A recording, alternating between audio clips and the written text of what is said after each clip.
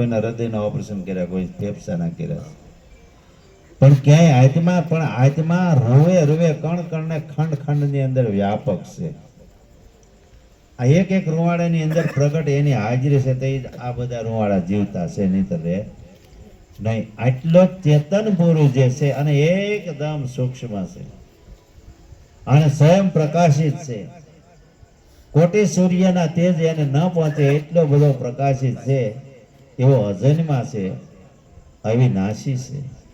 અને તમારા ઘટમાં રહીને બોલી ગયો સ્વયં તમે પોતે છો. આવું સંતો એની શાખ આત્માને ઈશ્વરની જો ઓળખાણ કરે તો સદગુરુ શરણે આવો. આમાં બીજો કોઈ લાભ નથી. તમે જ્યાં હશો ત્યાં કુટાતા બંધ થાવ, બીજું કોઈ છે નહીં. અને હાસો ભક્તિનો માર્ગ આપણને બતાવે છે. ત્યાં સુધી આ જીવન ઘેરો ઘેરો રહે. આ બધા વ્રત અત્યારે હાલે છે. આખો શ્રાવણ મહિનામાં તમે જુઓ બધા વ્રત શરૂ થઈ ગયા છે, બરોબર. હમણાં ઓલા માતાજી નવા નીકળ્યા દશામાં, બરોબર છે. તો એમાં કેટલા બેનો શરીરને દમે છે, એક ટાણા કરે, ઉપવાસ કરે, ઉગાડા પૈયા હાલે, કઈક માલપા મનથી પરપોસો થાય, પણ એમાં કોઈ કાંઈ જો પરિવર્તન આવતું જ કહેજો. મારે કરવું છે, જો એમાં કાંઈ પણ લાભ થતો હોય તો હું કાં લાભ થાય ન કરવું પડે? કોઈ પરિવર્તન નહીં થાય. એમ શરીર દુર્બળ થાય, દંડ મળશે આને. એટલે એવું નથી. પાછા સમજી જાવ, મનનો કદડો કાઢો ને. આપણે રોજ જાગીએ છીએ, બીજાની ઈર્ષ્યા કરી છે, બીજા ઉપર અહંકાર કરી છે, અભિમાન કરી છે, રાગ દેશ લઈ છે, અને બીજાની હાવ લેવા દેવાની ફત્ય વાતો કરી. એ કર્મ છે. પારકું જ ઓરવાનું પોતાનું પડ્યું છે, અને રોજ ઉઠીને પારકો કર્મ ઓરવાનો. આ બુદ્ધિનો વિષય લાગી ગયો, આ જીવ પણ આવી ગયો. આટલું બધું ઉત્તમ કરવા માટે એમ જવું છે. નિર્વાણી આત્માની કરી લે ઓળખાણ. ચેતન હારા ચેતીને ચાલી જોય.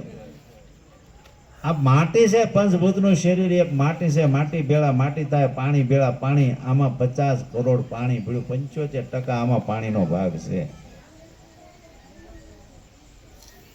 આને શું આપણે સમજી ગયો? આમાં જ્ઞાન વિજ્ઞાન બે લઈ તો 75% આમાં પાણી છે. એની અંદર જે લોહી આપણે કહેવામાં આવે ને, એ પાણી લાલ છે, એ લોહી નથી.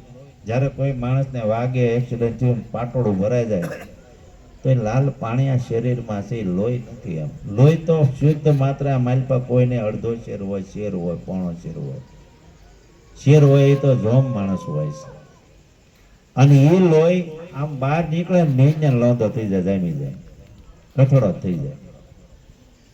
એ જે લાલ જે પાણી છે ને, એને 1,00,000 ટીપા જે વલોવે તારે એક શુદ્ધ માત્રા એ લોહી બને છે. અને એ લોહી જે શુદ્ધ માત્રા છે, એના એક આરે 100 ટીપા થાય, એને વલોવે તારે એમાંથી એક આપણી અંદર શક્તિ સ્વરૂપે વીર્ય થાય છે. અને આની ગમ નથી માણસને, એટલે કીધું નુગરો.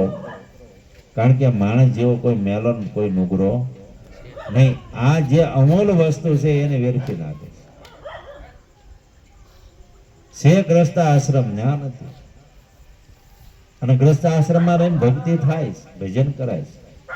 આમાં કઈ ગુરુ કર્યા કઈ સંન્યાસ ધારણ કરવો એવું નથી. પણ સંન્યાસ એટલે મનનો જો વૈરાગ આવી જાય તો કાવા દાવા છૂટી જાય, એ જ સંન્યાસ છે. બીજો કોઈ સંન્યાસ નથી. માટી ભેળા માટી થાય છે, પાણી ભેળા પાણી થાય છે. આને જયારે હળગાવ તે માલપા તતડાટી બોલતી, ઓલા ડોડા શેકાતા હોય, ગમે મળતા હળગે ને તો એ તતડાટી બોલતી હોય. એમ બધું પાણી બળતું હોય માલપા. કઈ હોય ખરું? રાજા જેવા રાજા હતા એ ડૂકી ગયા. એમ રાજા જાય છે, પ્રજા જાય છે, રૂપા દે રાણી રહી. ઇન્દ્ર જેવો ઇન્દ્ર વહી ગયો, બ્રહ્મા જેવા બ્રહ્મા વહી ગયા.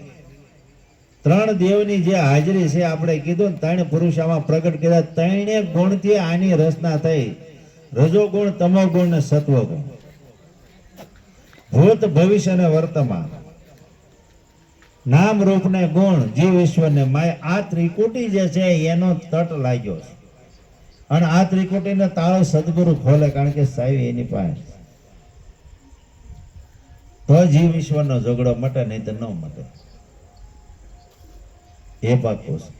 હવે જેનો જે કઈ એના માટે શાસ્ત્ર રસાણા છે, મંદિરો થાય, એના કોઈ હાલ સરનામા ન રહ્યા. એમ દીન ભગતે તો એવું કીધું, એને સમજાણું એટલે કે બ્રહ્મા ગયા ને વિષ્ણુ ગયા, શિવજીને કોઈ જોયા નથી. બરોબર, જોવા જગતમાં કાંઈ નથી. માતા ગયા ને પિતા ગયા, ભાઈ કુટુંબ કોઈનું રહ્યું નથી. આ પરંપરા છે કે નહીં, હોય કે નહીં, એક બીજું એક પછી વયું જાય છે. એને વાન કહેવાય, ભગવાન આને કહેવાય. એક વાન ભાંગે ને એક ઊભો થાય, એક વાન ભાંગે ને એક ઊભો થાય. આ ચતુરભાઈ છે, એનો અણહાર છે, તો એમ જો ભાઈ અણહાર બધી કે આ ચતુરભાઈ છોકરો છે, અને એનો છોકરો તમે અણહાર ઉપરથી કહી દો કે ભાઈ આ પ્રદીપભાઈ છોકરો છે, કે ન કહીએ કે હે? આ એક વાન ભાંગે છે ને એક વાન ઊભો થાય, એક વાન ભાંગે ને એક વાન ઊભો થાય.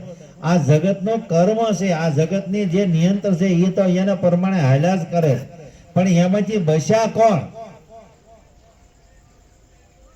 બાપુ સાહેબે કીધું આમાં બસ્યો ને એ જ માર ખાતો હોય. કારણ કે જો બસી ગયો ને આમાંથી, એટલે જમણાના હાથે છૂટી ગયો.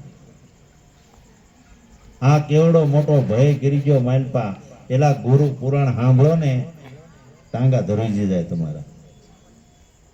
પણ આમાં બેઠેલો મન ઠોર છે, સમજ્યા? ઘડીક રહ્યા પછી વયું જાય. મહણીઓ વૈરાગ રહ્યો ને કાયમ ન આવે. ઘડીક થાય આપણે કઈ દુઃખ દેખાય, બધું થાય, પણ ઘડીક નો વૈરાગ હોય. આ બા બધા પુરુષો મહણિયા મળતું બાળવા જાય ને ત્યારે એ ઘડીક વિચારે કે આપણે એક દિન સમય વયું જવાનું છે.